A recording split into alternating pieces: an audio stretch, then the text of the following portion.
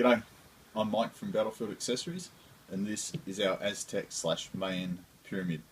In the following video I'm going to take you through the steps of how you put one of these together. If you have any questions, don't feel free to contact me on mike.parker@tpg.com.au. I hope you enjoy the video. See ya.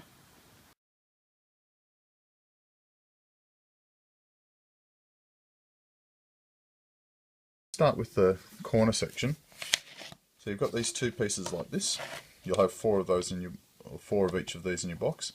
Now the way to remember that these engraved sections here and here are going to be the faces that will be left exposed when the temple's put together. So to give you a rough idea, if I basically stand it up like that, that's how it's going to go.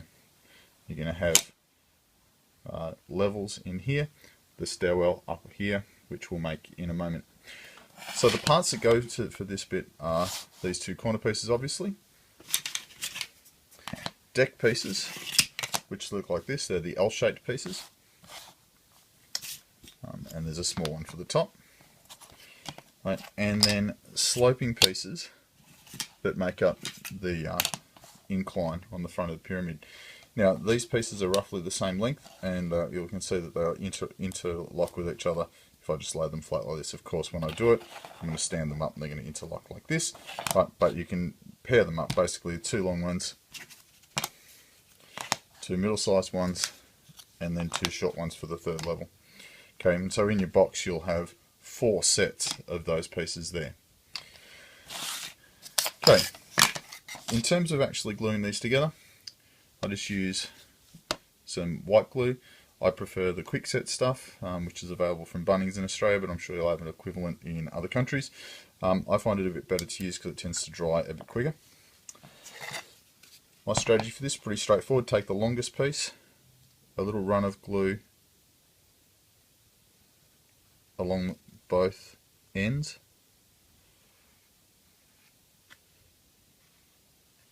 and a little bit on the top of the tongue.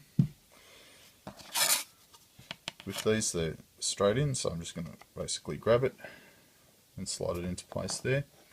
And to the other side, again, just positioning it up, slide it in like that. Okay, now once you've got that piece like there, I'm going to grab a little paintbrush and take a quick wipe to get rid of any excess glue that's there. Now I'm a big fan of having an old paintbrush that you don't use for anything much, just for modelling purposes, just to wipe the glue out of those two sections. So once that's in place, then take my next deck,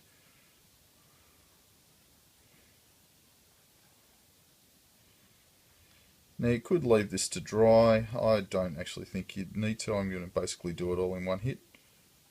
There will be some spots a little bit later on where I say look, best to give this a chance to dry.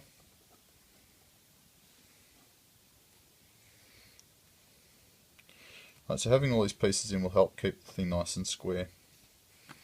Again, brush, give it a quick wipe over. Oops. Okay, so just want to check that they're all nice and snug.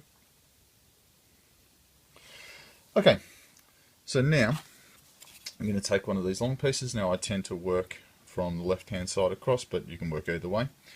One of the golden rules with any laser cut buildings is to make sure that all of your pieces fit together before you stick glue all over them, which I didn't actually do for those first few sections.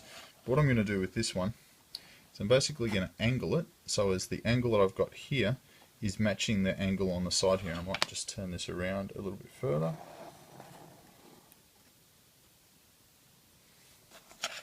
Okay, so I'm going to angle this in and then basically slide it in to the little hole which is sitting down in here.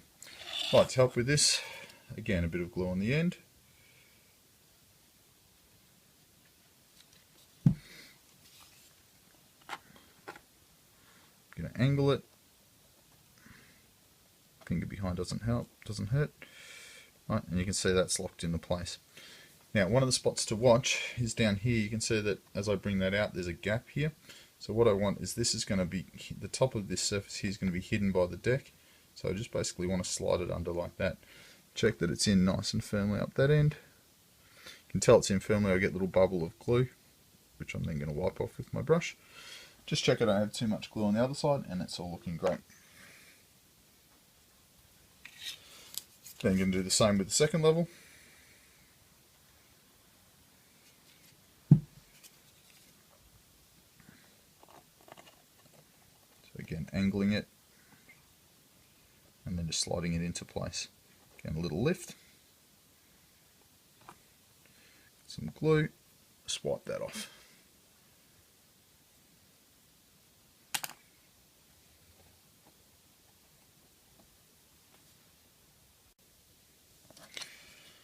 Right, and then my top layer.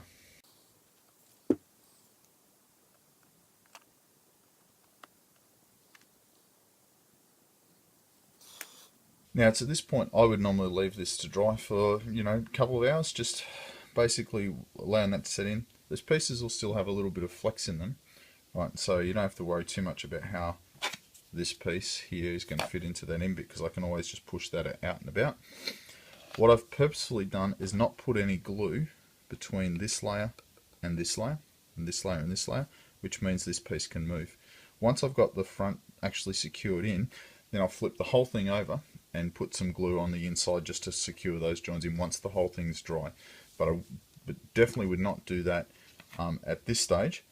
Get the whole model secured in, have a little bit of movement in these parts here, and then you'll be good to go. Now I'm going to do what I said not to do. This is, I've literally just glued it together. It's still all a bit wet. And so what I'm going to do is just glue in this next bit just to show how it works. So I've put glue over the end like normal. Now for the join which is going to meet in the middle, what I'm going to do is put a little bit of glue on the top surface, basically where the tongues are going to hit. I'm not going to bother with the bottom. I'll just move the camera a fraction. Okay, so again, what I'm going to do is I'm going to grasp it like this. I'm going to angle it so as it gets in at the end. You see I've got that in nice and snugly. I'm going to slide it under. Now the trick with this is just a little slight lift on this piece which is locking into the front, and that'll actually help it go in. Now you can see as I push it together, you may be able to see there's a little bit of spring in it. So my solution to that is a roll of masking. So just standard, building supply masking tape. I'm just going to push these together, make sure any excess glue is gone. And then just grab a short piece of masking tape, stick it over on one side, push them together, and while it's pushed together, just lock the masking tape down. Now what that's going to do is it's going to help hold those two seams together nice and give it a really good join while the glue dries. In about 15-20 minutes I'll pull that masking tape off and it'll be good. So you just want that initial join at the start. Now again, my suggestion would be that you would do this in two settings. So this section that I'm doing now, all the rest of this would actually be solid. Mine, of course, it's a little bit flexible still. So again, put glue on the end, a little bit on here, pinch it, slide it into place.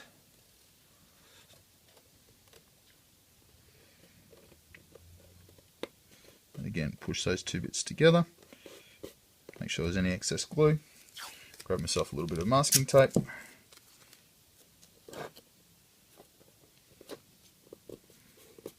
Right, it's just secured. Now again, I'm just keeping an eye on these joins around here and making sure if I've got any excess glue, I'm just getting rid of that here too. Now the top piece, right, this is basically like a double diamond. It's got two little bits in here. Basically slides in the top here. Easiest way is probably a little bit of glue on the two spots at the top.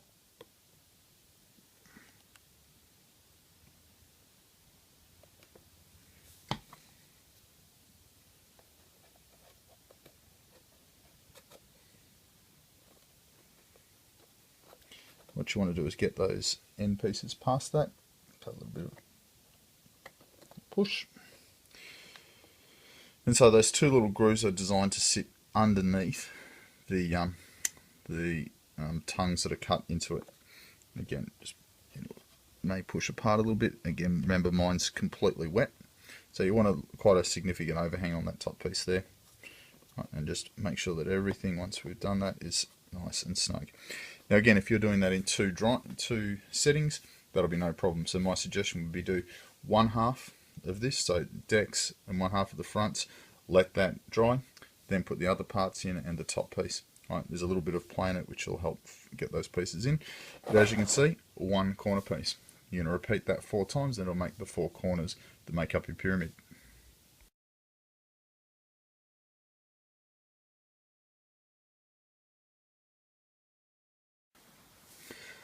Okay, so we finished the corner, now we're onto the stairs. Now for the stairs, very similar to the corner, we've got 2 pieces here which are going to face in towards each other, which will make the stairwells. And then we have a series of step pieces that look like these. Now the step pieces, there are 3 sorts of them. We'll have this one, which has got a very narrow top piece, or tongue on it, compared to that. Right, then you have the backing of the steps, and then the step front pieces themselves. Now the step front pieces, or the actual treads of the steps, they're longer, or wider than the other pieces. They also are double-sided, so you can see on, you may or may not be able to see, on this side there's basically no engraving. If I flip them over, there is engraving. The side with the engraving needs to face out, so that's the bit that you're going to see. The bit without the engraving is going to be on the inside of the model, and you're not actually going to see that. So when you're working out which way they go in, the side with the engraving is to the front. All of the other steps doesn't make any difference, they can go in either way. Okay, so with some of these models, you'll see some of the tongue groove, or the grooves, haven't been punched out properly. So just get something, paintbrush here will work. Just to punch them out so as they're all the way through. I would do that before you start. Now again, golden rule, check that everything fits before you stick it together. This again is a 2-step process. I'm going to suggest that you basically put all the treads in on one side, allow the whole thing to dry, right, and then put all the treads in the other side. Okay, so as I have a look at my piece, you'll see that I've got this small hole here, right, which is for the first tread that I was showing you. Then I've got these ones here that run basically horizontal to the bottom, right, there for the wider, it's for the actual treads themselves, and then these ones that run vertically, which are designed for the backing pieces. So there's one piece that fits in there, these are the wide pieces, right, and these are the shorter pieces. Okay, so this is how I put mine together. Again, you might have your own system after you've had a go at it, but I'll show you mine. So I'm grabbing my first tread, I'm going to slot it into place. Then I'm going to grab my backing, then my next tread. So it literally interlocks like a stairwell. The only trick with this is to make sure when you put your treads in that the engraved side is facing out to the front.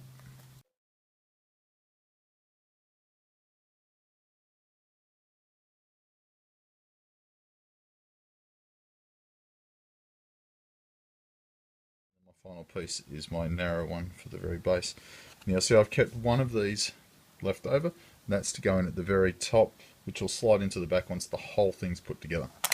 Okay, now you'll notice I didn't put any glue on as I was working. Now some people might decide to put glue on, but then you've got leakage problems on the front. So what I'm going to do is, now that I've got my stairs in place, I'm going to come along with my PVA and just put a little squirt of glue in the back corner on each of these.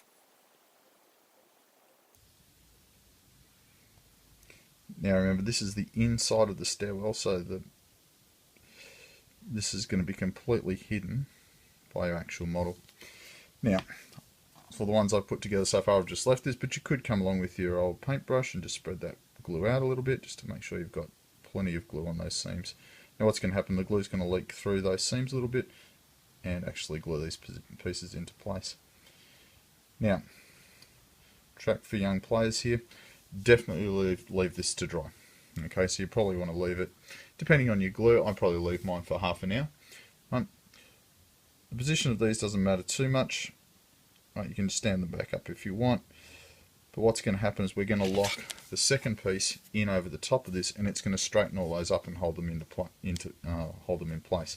Right, so as long as they're basically being glued in, we'll be able to adjust them around. Okay, so you can leave it like that. I'm going to let mine dry for say 20 minutes then come back to it. Of course, what you could be doing is doing your other corner. So you basically line 4 of them up, do them all, and then come back. Once the first one's dry, just about be ready for the last one.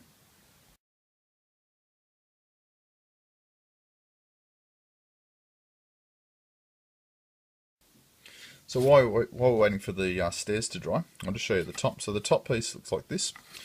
Basically what's going to happen is the stairs are going to lock into these places here, and then the corner is going to overlap. So that top section of the corner that we put in the diamond shape is basically going to overlap here. Again, if I grab one of these to show you, it'll basically lock in over the top, something like that. So you get a sort of double layer effect. On the top of this is also a little, well, temple I suppose is the right word for it. And so it's basically got 4 pieces, they're all identical, and so it makes a square. And then it's got a roof as well.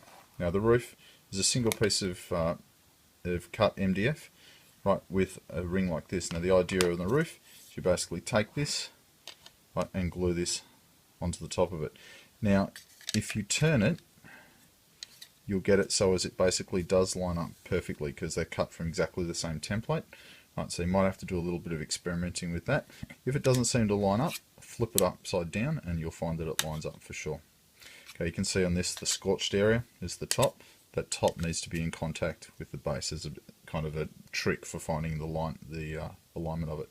And the idea is that this recess allows it to sit on top so as it doesn't get knocked off, right, but you can still remove it to have a look at what's going on inside your temple. Okay, and again, a few spots of glue, stick it into place and we're done. Okay, so with the temple, I've got these 4 corners which basically have a single tongue and groove. Now I've just put a single locking point on this because basically I wanted to keep these bottom walls nice and clear. Okay, so grab my glue.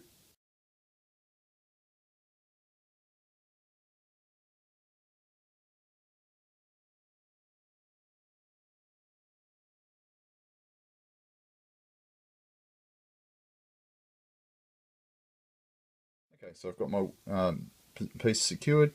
Right, if you're working on a grid mat like I am, then you can position out just to check that it's square. Also take your roof section, make sure that it goes on properly, which it does. Of course, make sure you don't leave it there because any excess glue you got on the top will secure it in place, which you probably don't want.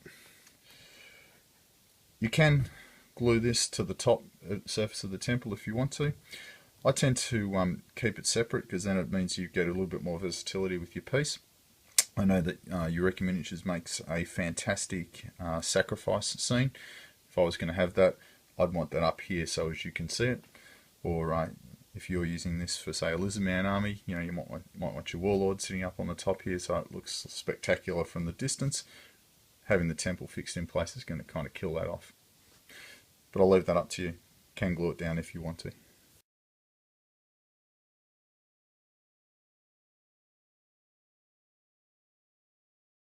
Okay, so I've changed the position, the camera position, to try and give you a good look at how this goes. Now, this has only been drying for probably 5 or 6 minutes, so again, you'll probably want to let yours dry a little bit longer. Again, a couple of traps for young players. Make sure that this cut side is facing down, because I could lock this together with the alternate piece to this, which would then leave the cut side on the top where no one's going to see it, and leave the bare side facing out to where everybody's going to see, which you don't really want. Again, the beauty of this is if we do this without glue to start with, we can position it, make sure it's right, and then go from there. So, the strategy is pretty straightforward. You take the end piece, you push it down, and then using your 2 fingers, you just slide the other pieces in so as they lock into place.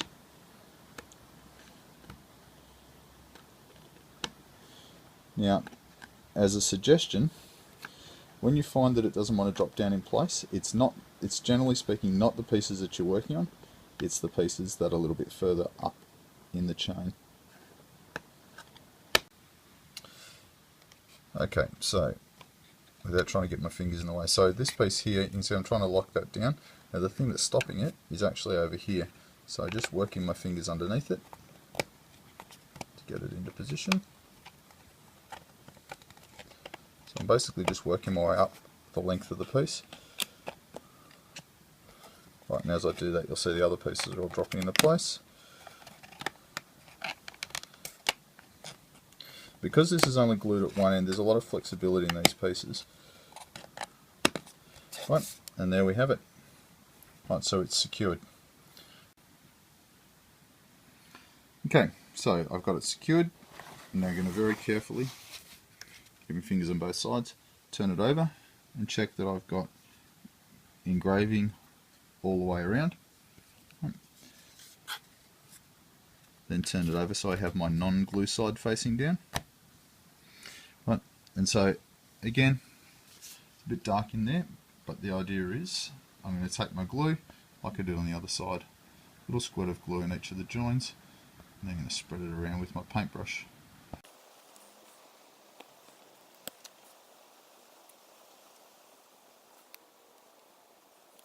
Now, the only other thing which you might choose to do is, remember we've got a spare one of these which we're going to put in at the top. Now I'll just show you where. So at the very top there's a little spot where this goes in. Now that doesn't need to go into right at the end, it doesn't have grooves that it needs to slot into. So what I can do, just to keep the whole thing nice and square, is just drop this in the back end there. Now, got to watch carefully on this. Is I've got it so as the groove is underneath, but the actual tongue is level with the surface. Again, I'll try and show you that on the side there. But that's very important. If you put the whole thing under there, then you'll actually flex it out of proportion. Now, the beauty is, we don't need to worry too much because there's quite a deal of play in this. You can then move it around a little bit to straighten it up if it's not 100% square when you finally, when all the glue dries. I've purposely kept this area here as a void because it allows you to store it more easily, so the pieces will actually pile in on top of each other. If you wanted to put a piece of timber in there, then you could. It's just going to mean that you're going to need to either leave the whole thing assembled, live with the fact that it's going to take up about twice as much storage as it potentially could have because these pieces will interlock with each other.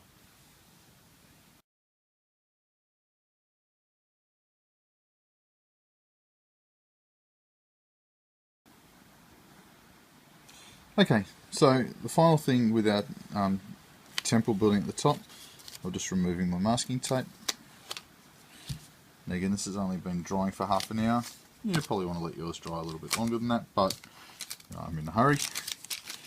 So you have 4 card overlay pieces, basically look like this. The idea is that they're going to go lined up with the bottom of this cut mark, right, and cover your joins. Now the idea is that you glue them so as one side is flush and the other side overlaps just a fraction, and that'll actually mean that there's a continuous join because that's allowing for the thickness of the card. So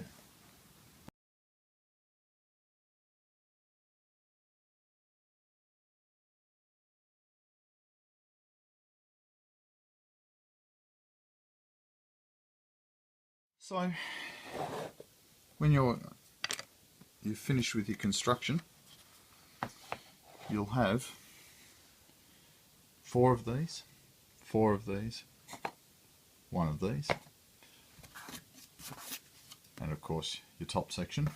You basically lock the 4 of those things in together and have a completed Mayan temple, like the one you saw at the start of the video.